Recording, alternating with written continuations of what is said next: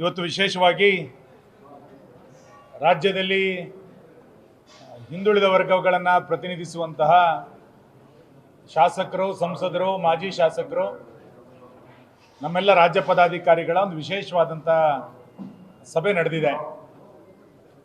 ಕಳೆದ 2 ವರ್ಷಗಳ ಅವಧಿಯಲ್ಲಿ ಸಿದ್ದರಾಮಯ್ಯನವರು ಮುಖ್ಯಮಂತ್ರಿ ಆದ ನಂತರ ಬಹಳ ದೊಡ್ಡ ಪ್ರಮಾಣದಲ್ಲಿ ಹಿಂದುಳಿದ ವರ್ಗಕ್ಕೆ ಅನ್ಯಾಯ ಆಗಿದೆ ಅನ್ನೋದನ್ನ ಸಭೆ ಅಭಿಪ್ರಾಯವನ್ನು ಪಟ್ಟಿದೆ.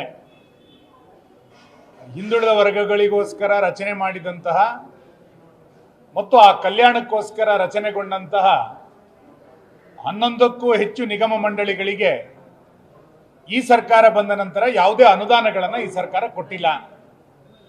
ವಿಶೇಷವಾಗಿ ದೇವರಾಜ ಅರಸು ನಿಗಮ, ನಾರಾಯಣಗುರು ಅಭಿವೃದ್ಧಿ ನಿಗಮ, ಅಂಬಿಗರ ಚೌಡಯ್ಯ ನಿಗಮ, ಉಪ್ಪಾರ ನಿಗಮ, ಬಲಿಜ ನಿಗಮ, ಈ ರೀತಿ ಬೇರೆ ಬೇರೆ ನಿಗಮಗಳ ಕಲ್ಯಾಣಕ್ಕೋಸ್ಕರ ಏನು ಯೋಜನೆಗಳಲ್ಲಿ ನಮ್ಮ ಸರ್ಕಾರ ಅನುದಾನಗಳನ್ನು ಕೊಟ್ಟಿತ್ತೋ 2 ವರ್ಷಗಳಲ್ಲಿ ಸಂಪೂರ್ಣವಾಗಿ ಈ ಎಲ್ಲ ನಿಗಮಗಳನ್ನು ಈ ಸರ್ಕಾರ ನಿರ್ಲಕ್ಷ್ಯ ಮಾಡಿದೆ.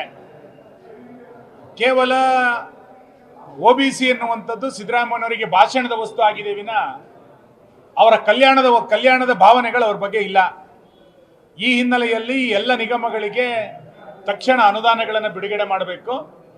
ತನ್ಮೂಲಕ ಆ ಕಲ್ಯಾಣಕ್ಕೋಸ್ಕರ ಸರ್ಕಾರ ವಿಶೇಷವಾದಂಥ ಮುತುವರ್ಜಿಯನ್ನು ವಹಿಸಬೇಕು ಅನ್ನುವಂಥದ್ದನ್ನು ಈ ಸಭೆಯಲ್ಲಿ ನಾವು ಚರ್ಚೆಯನ್ನು ಮಾಡಿದ್ದೇವೆ.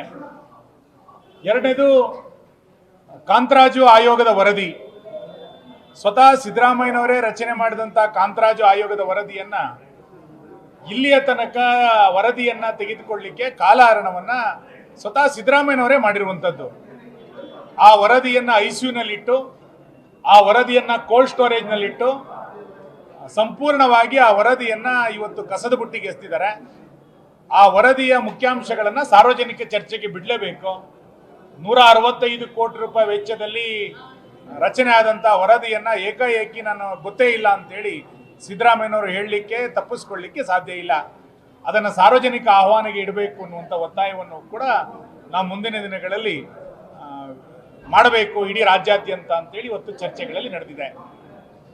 ಇನ್ನು ಕೊನೆಯದು, ಜಾತಿ ಗಣತಿಗೆ ವಿಷಯಕ್ಕೆ ಸಂಬಂಧಪಟ್ಟಂತೆ ಜಾತಿ ಗಣತಿ ಆಗಬೇಕು. ಕೇಂದ್ರದಲ್ಲಿ ಇಲ್ಲಿಯ ತನಕ ಅಧಿಕಾರವನ್ನು ಮಾಡಿದಂಥ ಕಾಂಗ್ರೆಸ್ಸು ಯಾವತ್ತೂ ಕೂಡ ಜಾತಿ ಗಣತಿಯ ಪರವಾಗಿ ಇರಲೇ ಇರಲಿಲ್ಲ. ಸುದೀರ್ಘವಾಗಿ ಆಡಳಿತವನ್ನು ನಡೆದಂಥ ಕೇಂದ್ರದ ಕಾಂಗ್ರೆಸ್ಸಿಗೆ ಜಾತಿ ಗಣತಿಯನ್ನು ಮಾಡುವಂಥ ಅವಕಾಶಗಳಿದ್ದಾಗಲೂ ಕೂಡ ಯಾವತ್ತೂ ಕೂಡ ಇದ್ರ ಬಗ್ಗೆ ಚರ್ಚೆಯನ್ನು ಮಾಡಲಿಲ್ಲ. 1931ರಲ್ಲೇ ನಡೆದಂಥ ಜಾತಿ ಗಣತಿ, ಅದಾದ ನಂತರ ಈಗ ನರೇಂದ್ರ ಮೋದಿಯವರ ನೇತೃತ್ವದ ಸರ್ಕಾರ ಜಾತಿ ಗಣತಿಯನ್ನು ಮಾಡಲಿಕ್ಕೆ ಹೊರಟಿದೆ. ಅವತ್ತಿನಿಂದ ಇವತ್ತಿನ ತನಕ ಜಾತಿ ಗಣತಿಗೆ ಬೆಂಬಲವನ್ನು ಕೊಡದೆ, ಆಸಕ್ತಿಯನ್ನು ವಹಿಸದೆ 75 ವರ್ಷಗಳ ಕಾಲ ಇವರು ಕಾಲಹರಣವನ್ನು ಮಾಡಿದ್ರು. ಈಗ ಕೇಂದ್ರ ಜಾತಿ ಗಣತಿಯನ್ನು ಮಾಡ್ತೀವಿ ಅಂತೇಳಿ ಹೊರಟಾಗ ನಾವು ರಾಜ್ಯದಲ್ಲಿ ಮತ್ತೊಂದು ಗಣತಿಯನ್ನು ಮಾಡ್ತೀವಿ ಅಂತ ಹೇಳುವಂಥದ್ದು ಹಾಸ್ಯಾಸ್ಪದ ಮತ್ತು ಇದು ಗೊಂದಲವನ್ನು ನಿರ್ಮಾಣ ಮಾಡುತ್ತೆ.